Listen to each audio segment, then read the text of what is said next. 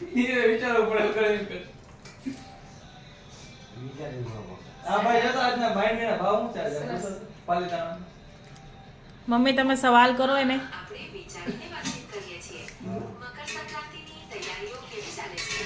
અરે પૂરી થઈ ગઈ ને અમારે પતંગ પડ્યા ચાર પાંચ થોડીક દોરી પડી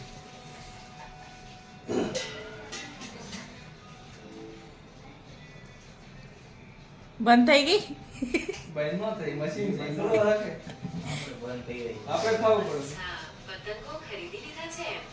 તો આ વખતે કેવા રંગના પતંગો લાવ્યા છો? લાલ પીળા પોપટી કલર ઈ તો ખબર પડે